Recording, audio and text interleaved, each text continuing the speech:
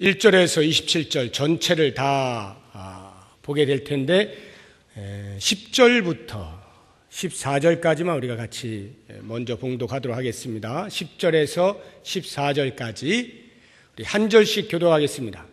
엘리사가 사자를 그에게 보내 이르되 너는 가서 요단강에 몸을 7번 씻으라. 내 살이 회복되어 깨끗하리라 하는지라.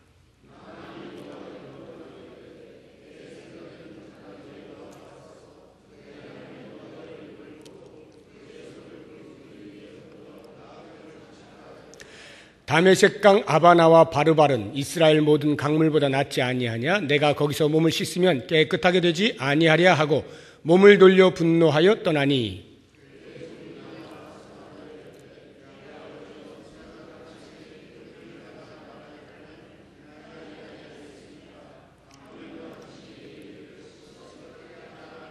같이 읽습니다. 나아만이 이에 내려가서 하나님의 사람의 말대로 요단강에 7번 몸을 잠그니 그의 살이 어린아이의 살같이 회복되어 깨끗하게 되었더라. 아멘. 네.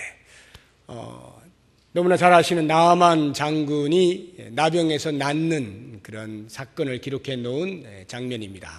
1절에서 27절 전체가 다 그 나아만 장군의 나병이 낫는 치병 사건과 관련된 내용들인데 전체적으로 한번 쭉 그 줄거리를 여러분들이 먼저 머릿속에 담으시고 말씀을 들으시면 좋을 것 같습니다. 이 나아만 장군은 아람이라고 하는 나라의 장군입니다. 아람 왕의 오른팔과도 같은 그러한 큰 용사입니다. 나가는 곳곳마다 승리를 하는 사람이죠. 그런데 한 가지 흠이 생겼는데 나병이 생긴 거예요. 뭐 정확하게는 피부병 이렇게 이해를 하시면 되겠는데 아무튼 좀 심각한 그런 병에 걸렸습니다. 그런 병에 걸린 것을 알게 된 그 안주인의 몸종인 한 어린 소녀가 이렇게 말을 합니다. 그 여주인에게 제가 원래 있던 그 사마리아 땅, 북이스라엘 땅입니다. 거기에 한 선지자가 아주 용한 분이 계시는데 그분께 가면 분명히 나을 것 같습니다. 이 어린 소녀는 아람 나라가 북이스라엘을 침공을 할 때에 잡아왔던 그 북이스라엘에 속한 어린 소녀입니다. 그 소녀가 그렇게 이야기를 하자 그것을 나아만 장군에게 남편에게 말했겠죠. 그 나아만 장군이 아람 왕에게 가서 저희 집에 있는 어린 소녀 하나가 이렇게 이야기를 하는데 어떻게 할까요? 하니까 아람 왕이 자기 장군이 빨리 나아야 되잖아요. 그래서 자기가 친서를 써주는 것입니다. 그리고는 그 친서와 함께 이제 나아만 장군을 북이스라엘로 보냅니다. 그 친서를 받아든 나아만 장군이 금, 은 10달란트하고 금 6,000개, 한 6,003개리라 이렇게 보시면 되는데 그리고 외투, 두만 그 의복 10벌을 혹시 고쳐주면 선물로 줘야지 하고 선물로 준비를 해가지고 가득 싣고 그 친서를 들고 내려갔습니다. 북이스라엘 왕을 만나서 친서를 전달해 주었습니다.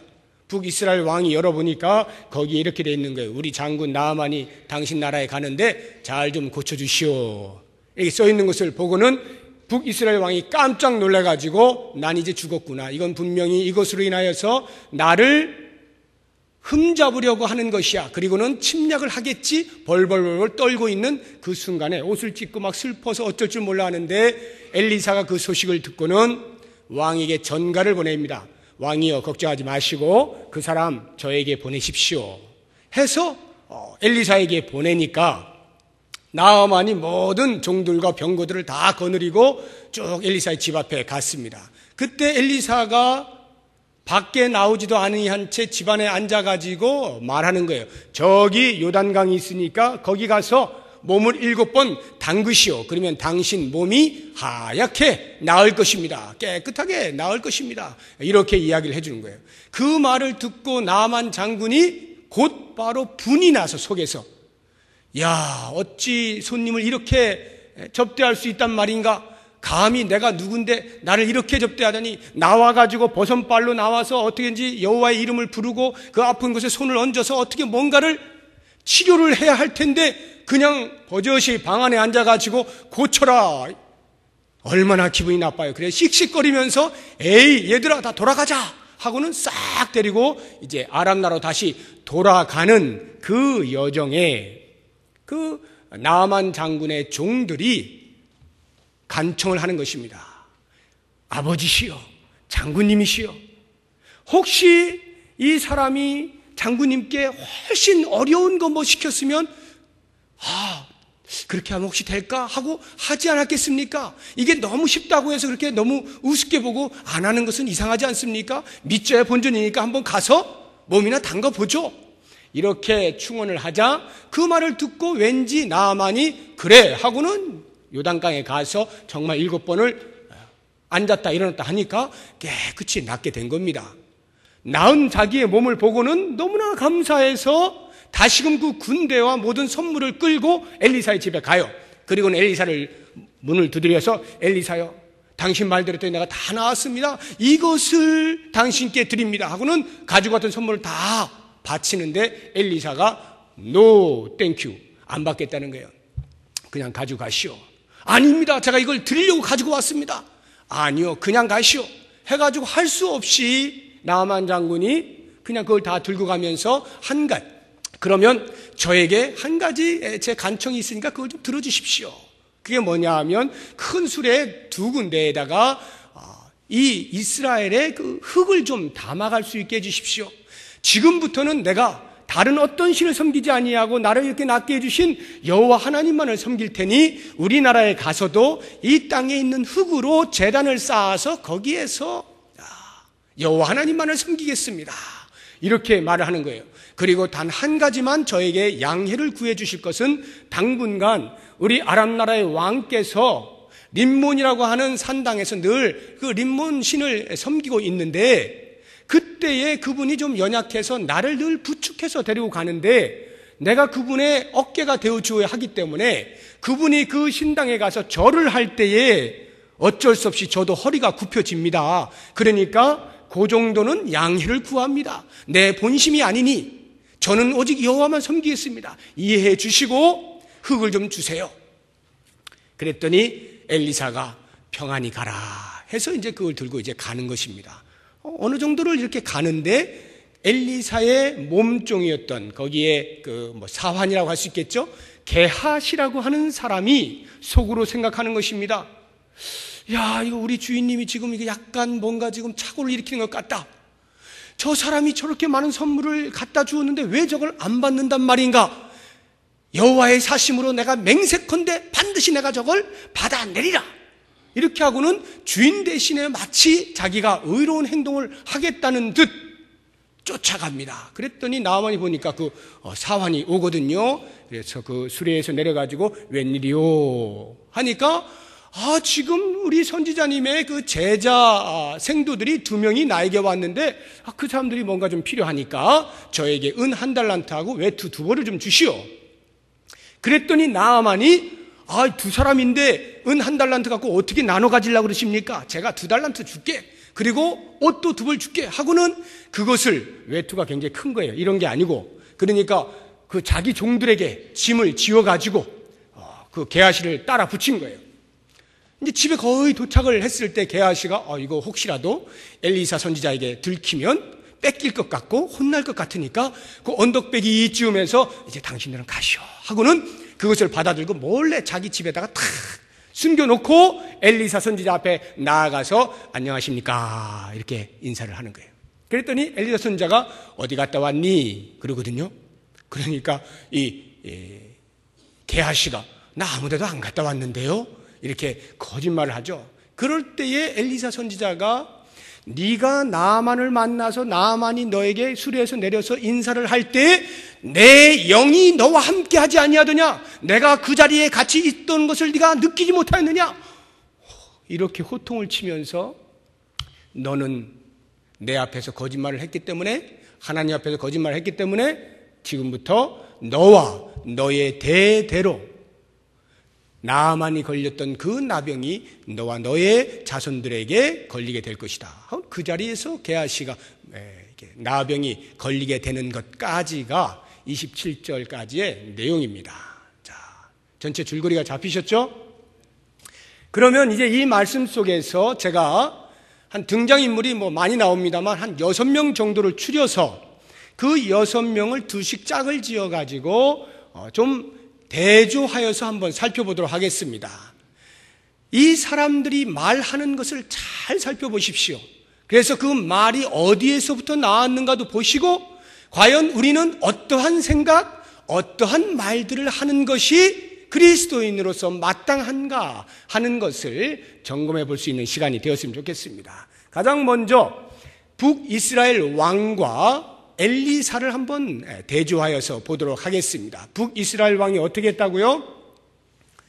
나아만이 아람 왕의 친서를 가지고 와서 그 친서를 쫙 펼쳐보니까 이 나아만 좀 잘 살려주시오 라고 하는 그 친서를 보자마자 옷을 찢습니다. 북이스라엘 왕이. 옷을 찢었다는 말은 무슨 말이냐면 대단히 화가 났다는 뜻도 있지만 더 이상 어찌할 수 없는 위기 가운데에서 큰일 났구나 라고 하는 심정을 표현할 때 옷을 찢습니다. 후자겠죠? 옷을 푹 찢고는 야 이거 큰일 났다. 내가 하나님이냐? 북이스라엘 왕이 하는 말이에요. 내가 하나님이냐 이 사람을 살리고 죽이고 하게? 이렇게 말하면서 이것은 필시 아람 왕이 우리나라를 공격하기 위해서 어떤 빌미를 만들기 위해서 한 책략이니까 너희들 빨리 대책을 세워? 이렇게 말을 한 것입니다. 자, 이 말 가만히 이렇게 보시게 되면 문제가 다가왔습니다. 문제가 올 때에 북이스라엘 왕은 곧바로 그 문제 깊숙이 빠져들어갑니다. 그리고는 문제를 앞에 두고 빠져나와서 좀 전체를 볼 수 있는 능력이 지도자에게 있어야 하는데 그 문제 속에 쏙 들어가가지고 헤어나오질 못하는 거예요. 늪 아시죠? 늪에 빠져가지고 거기서 계속 허우적거리면 점점 더 깊이 빠지는 것입니다. 길이 복잡한 미로 속에 들어갔는데 들어가면 들어가서 점점 더 복잡해 찾아 나오지 못하는 것입니다. 이스라엘 왕이 지금 그와 같은 꼴입니다. 입속에서 튀어나오는 말들은 전부 불평이죠. 해결이 없잖아요. 문제가 점점 깝깝해지는 거예요. 어떻게 대처를 해야 될지 모르겠는 거예요. 그렇게 불평을 하다 보니까 결국에는 왕이라고 하는 지위를 가지고 할 수 있었던 게 뭡니까? 주변에 있는 사람들 괴롭히는 거죠. 니들이 좀 어떻게 해봐. 니들이 어떻게 해봐. 주변 사람들 계속 괴롭히면서 그들에게 뭔가 대책을 내놓으라고, 다시 말하면 이러지도 못하고 저러지도 못하고 있는 모습을 볼 수 있어요. 내가 하나님이냐 이 사람은 살리고 죽이고 해 라고 말을 하는 것은 사실상은 하나님께 대하여 원망을 하는 거예요. 하나님 어쩌자고 이런 일을 저에게 허락하셔서 제가 사람을 살리는 사람입니까? 왜 저에게 이런 편지를 받게 하십니까? 라고 하는 마음이 담겨 있는 거거든요. 그러니까 이 북이스라엘 왕의 마음에는 이미 문제를 보는 순간에 문제에 빠져들어서 자기 중심적으로 바라보게 되니까 자기 집착이 강해지는 것입니다. 헤어나오질 못합니다. 그래서는 위로 하나님을 원망하고 옆으로 주변에 있는 사람들에게 달달달달 볶는 그러한 말들을 할 수밖에 없었던 거죠. 그에 비하여서 엘리사를 한번 보십시오. 엘리사 선지자는 어떻게 합니까?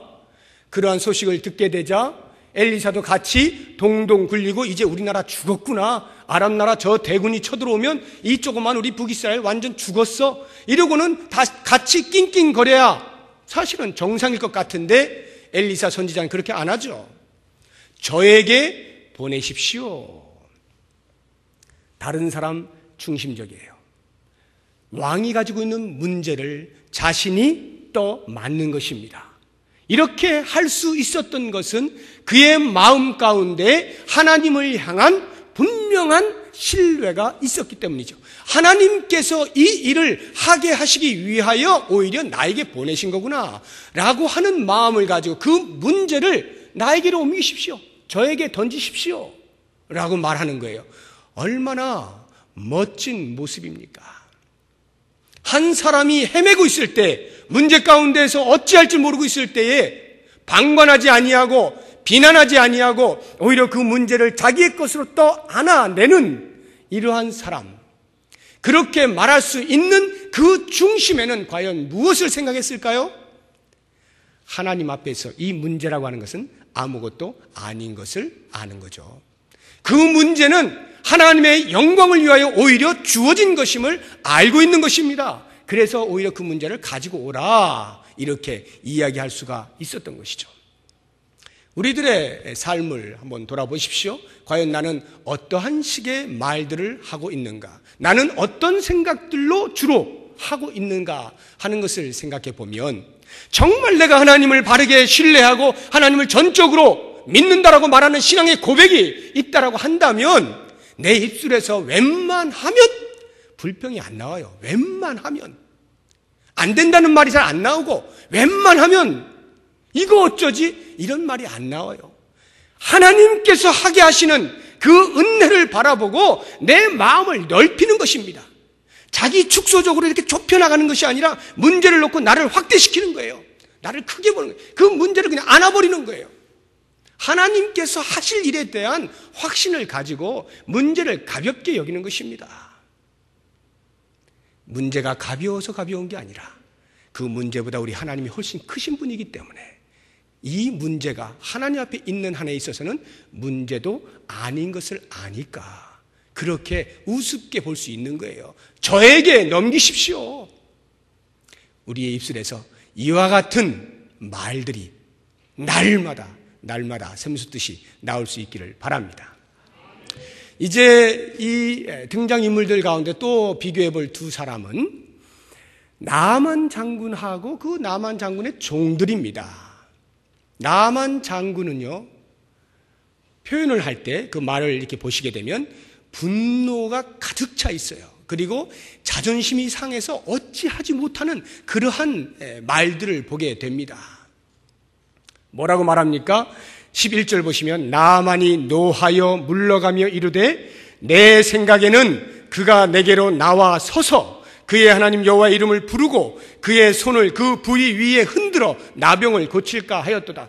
이미 이 나만의 생각에는 자기 생각이 있어요.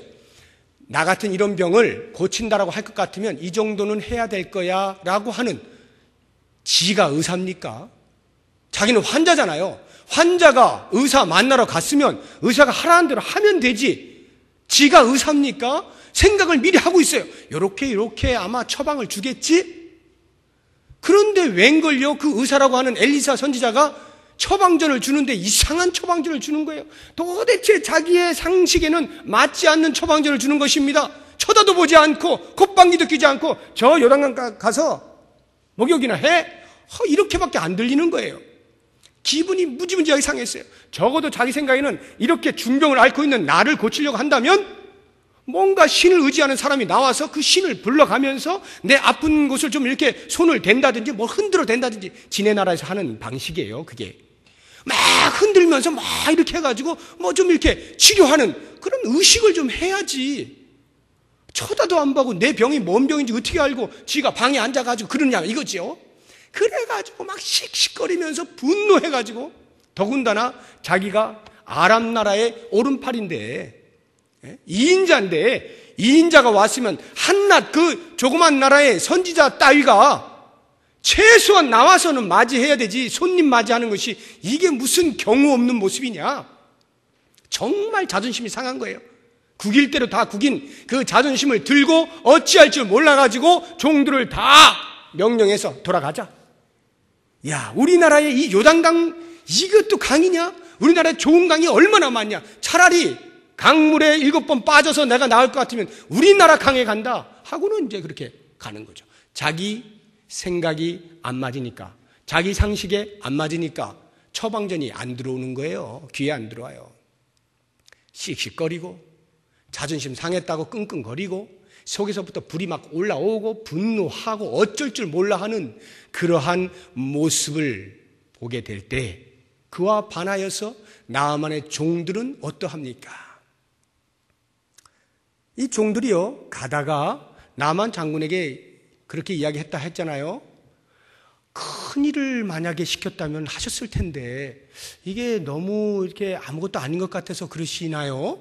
그럴지라도 한번 해보시죠 라고 말을 할 때 한번 상상을 해보세요. 내가 종이다라고 생각하고 지금 씩씩거리고 있는 그 장군 앞에서 어찌할 줄 모르고 자존심이 상해가지고 막 완전히 기분이 팽 돌아가 있는 그 사람에게 찾아가서 한번 해보시죠. 죽으려고 합니까? 거의 뭐 목숨 걸고 하는 거 아니에요? 그것은 그냥 이렇게 적당히 한번 말해보는 게 아닙니다. 자칫 잘못 말했다가는 그냥 그 자리에서 목댕강이에요. 네가 지금 나를 약 올리냐? 내가 그 정도도 판단할 줄 모른다고 생각하느냐? 등등. 어찌 감히 너 따위가 나에게 그런 충언을 한단 말이냐? 직언을 한단 말이냐? 넌 죽어 마땅하다. 칼날로 바로 내리칠 수 있는 그런 순간이에요, 사실은. 그런데 이 종들이 그것을 무릅쓰고 자기의 상관이 정말로 나병으로 인해서 고통 가운데 있는데 혹이라도 이 처방이 될 줄 어떻게 알겠느냐는 거죠. 그래서 자기 목숨이 경각에 달려 있음에도 불구하고 직언을 하는 거예요. 충언을 하는 거예요. 우리는 어떤 말들을 주로 합니까? 내 감정에 못 이겨서 하는 말들은 쉽게 나옵니다. 참, 이 화를 낼 때는 왜 이렇게 말도 잘 되는지 몰라요? 저도 외국에서 이렇게 하다 보면 이렇게 싸울 때가 있죠. 외국 사람들하고 말이 잘 안 통하니까 더 잘 싸워요. 싸울 때는요 정말 말이 잘 나와요. 영어가 내가 이렇게 잘했나? 이런 생각이 들 정도로 막 나오거든요. 이 감정이 이렇게 쫙 올라오면요 이게 받쳐주나 봐요. 그래가지고 뭐 얼마나 말을 잘하는지 몰라요. 나만 장군이 지금 그런 상태거든요. 뭐 하고 싶은 말, 하기 싫은 말, 별말 다 해가면서 지금 돌아가고 있을 그 와중에 거기다가 옆에 있는 종들이 지금 불난집에 부채질 하는 겁니까? 에이, 믿져야 본전인데요. 이 말이나 되는 소리예요? 그럼에도 불구하고 하고 있는 그 모습을 볼 때 이 두 사람을 비교를 해보시라고요. 과연 나는 어떤 말들에 익숙한가? 내 감정을 따라서 말하는 것들이 익숙한가? 아니면 상황을 보고 한 생명을 살리는 것에 내 목숨이 위태하다 할지라도 감히 직언을 하는가? 그런 것들에 대하여 내가 익숙한가? 한번 돌아보십시오. 우리들의 언어 생활은 이런 종들과도 같이 때로 힘든 상황이라 할지라도 직언을 해야 할 때 할 수 있는 사람, 충언을 해야 할 때 할 수 있는 사람, 이런 용기가 있어야 되고 그러한 말을 할 수 있는 사람은 이미 그 마음 가운데 그의 생각 속에 주인을 향한 진정한 사랑과 충심이 있기 때문에 가능하지 않겠어요? 그렇지 않다라고 하면 그냥 알아서 하시오. 뭐 이러나 저러나 어차피 주인이 결정하는 거니까 주인이 알아서 하시겠지. 그냥 그러고 따라가지 않았겠어요? 과연 우리들의 언어 생활은 어떠한가? 내 마음 중심에는 무엇을 생각하며 사는가 하는 것들을 깊이 한번 생각해 볼 수 있길 바랍니다.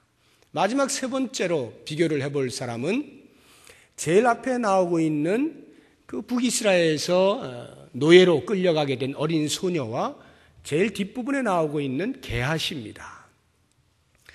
게하시를 보십시오.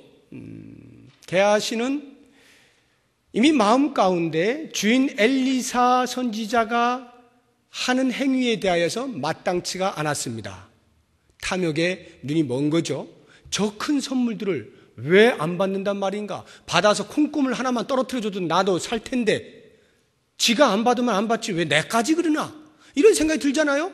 분하고 억울하고 저거 뭐 하나만 줘도 나는 평생 먹고 살 수 있는데 이런 생각 때문에 이건 분명히 하나님께서 그 엘리사 선지자의 마음을 어떻게 해놓으신 거지 엘리사 선지자가 정상적으로는 그렇게 말할 수 없었을 거야 하고는 자기가 하나님의 마음을 대신하는 것입니다. 그래서 사실은 하나님을 맹세하여 나는 기필코 받아내리라 이런 생각으로 쫓아가서 뭐 해요? 거짓말 하잖아요. 거짓말. 그냥 뭐 하나 달래든지 주인은 안 받으시면 저는 좀 받고 싶습니다라든가 이렇게 해서 한다 해서 나만이 안 주겠어요? 어차피 다 주려고 생각했던 건데 근데 왜 거짓말을 하냐고. 왜 거짓말을. 탐욕에 눈이 머니까 말하는 것이 거짓말이에요. 돌아와서도 그 거짓말을 다시 정당화하려니까 또 거짓말이에요. 그 사람은 그 거짓말 때문에 평생 거짓말하며 살게 생긴 거예요. 그것을 안 엘리사가 그냥 나병으로 끝을 본 거죠. 나병으로 끝을 본 거예요. 계속 거짓말이 생겨요. 어느 한순간에라도 정신을 바짝 차리고 엘리사 선지자가 물을 때에 탁 마음의 찔림을 받고 회개를 한다거나 이실직고를 했다면 상황은 반전이 되었을 것입니다.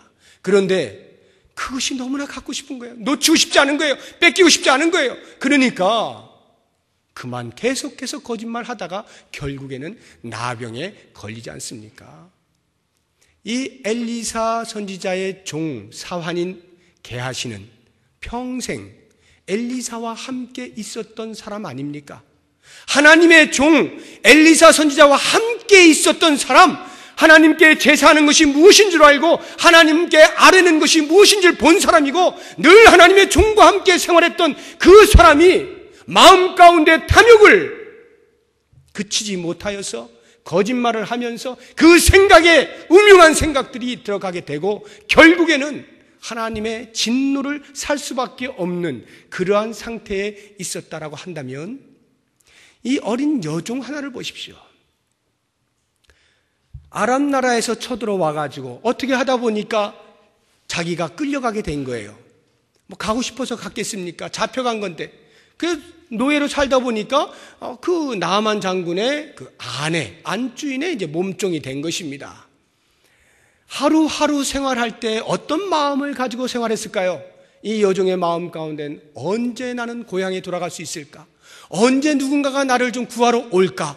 하나님께서는 과연 나를 언제 자유롭게 해주실까? 이런 마음 갖고 살지 않았겠습니까? 그러면서 하루하루 그 이방의 땅에서 생활하면서 눈물로 살았을 것이고 그런 과정 속에서 나름대로 살아가는 생계의 어떤 그 법칙을 따라서 열심히 또 하기도 했겠죠.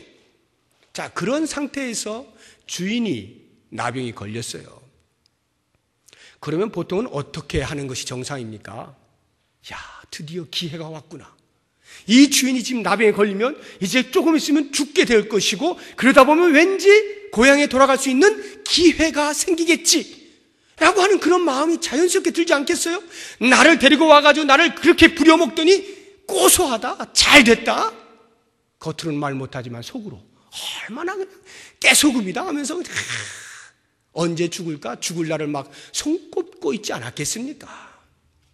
그게 정상적인 사람의 마음일 거예요. 그런 감정이 정상적일 거예요. 그런데 이 소녀가 한 것을 보십시오.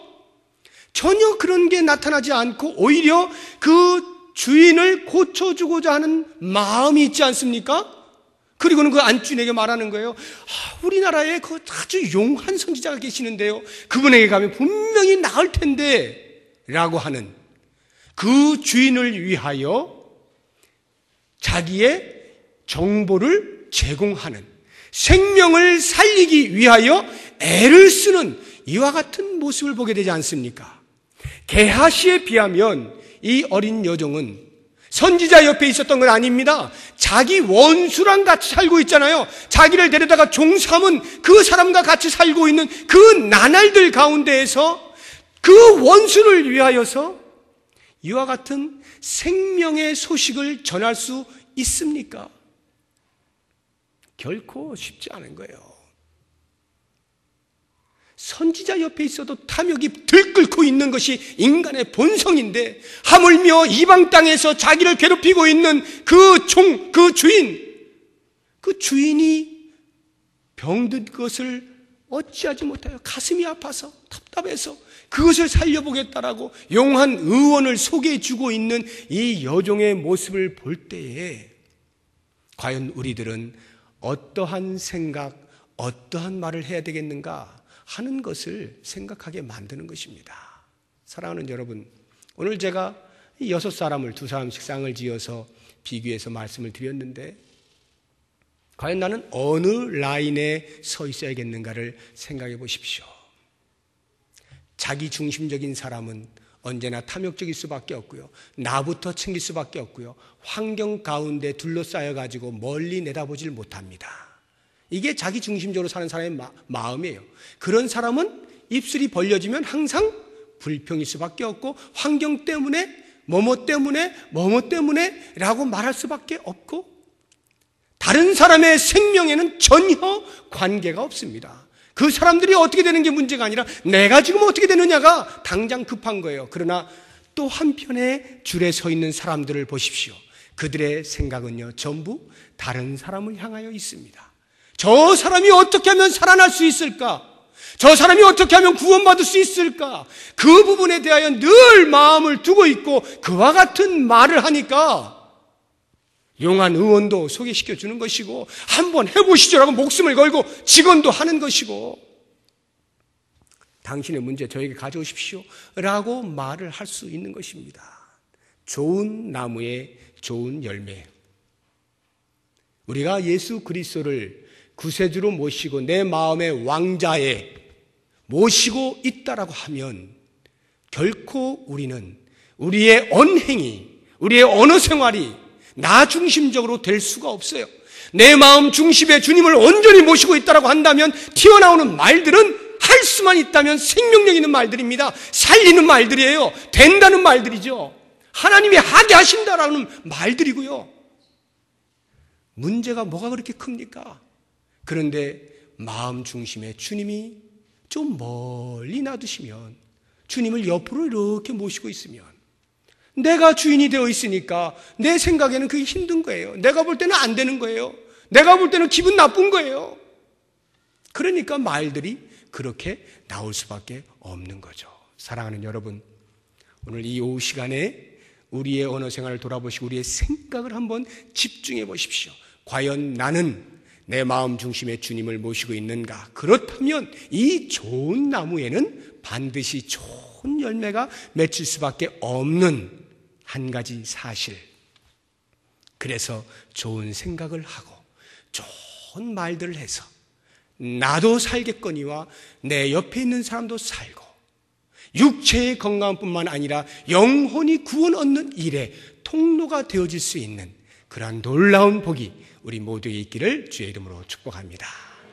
기도하겠습니다.